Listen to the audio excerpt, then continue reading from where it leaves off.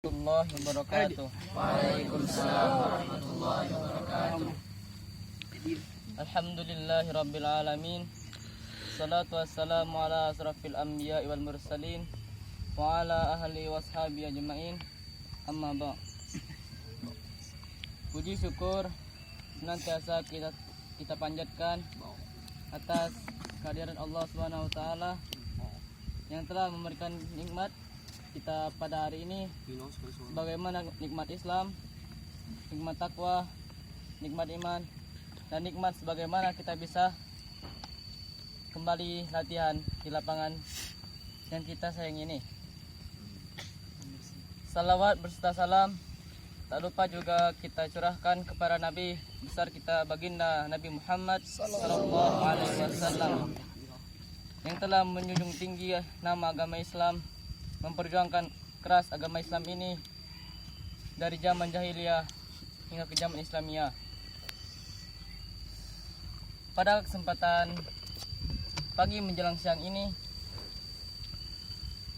pada hari Jumat, saya akan memberikan materi dengan judul Jangan Sombong. Sebagaimana hadis Nabi bersabda, la yadkhulul jannah fi qalbi la yadkhulul jannah man kana fi qalbi misqala dzarratin min kibrin. Artinya, tidak akan masuk surga orang yang di dalam hatinya terdapat kesombongan walaupun itu sebesar biji zarah. Maka pada itu kita sebagai santri hendaknya tidak memakai sifat sombong, karena sifat sombong itu adalah sifatnya Allah.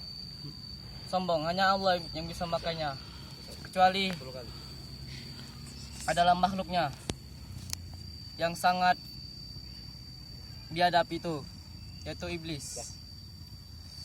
Jadi hendaknya kita menjauhi sifat-sifat yang buruk, karena saat ini di atas kita masih ada langit, dan nanti di atas kita itu tanah.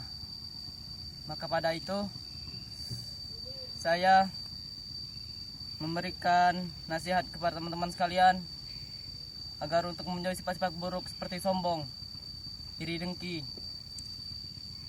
memutuskan tali silaturahmi. Itu saja. Terima kasih. Bila ada salah kata, saya minta maaf kepada Allah, saya mohon ampun. Wabillahi taufiq wal hidayah. Wassalamualaikum warahmatullahi wabarakatuh. Waalaikumsalam warahmatullahi wabarakatuh.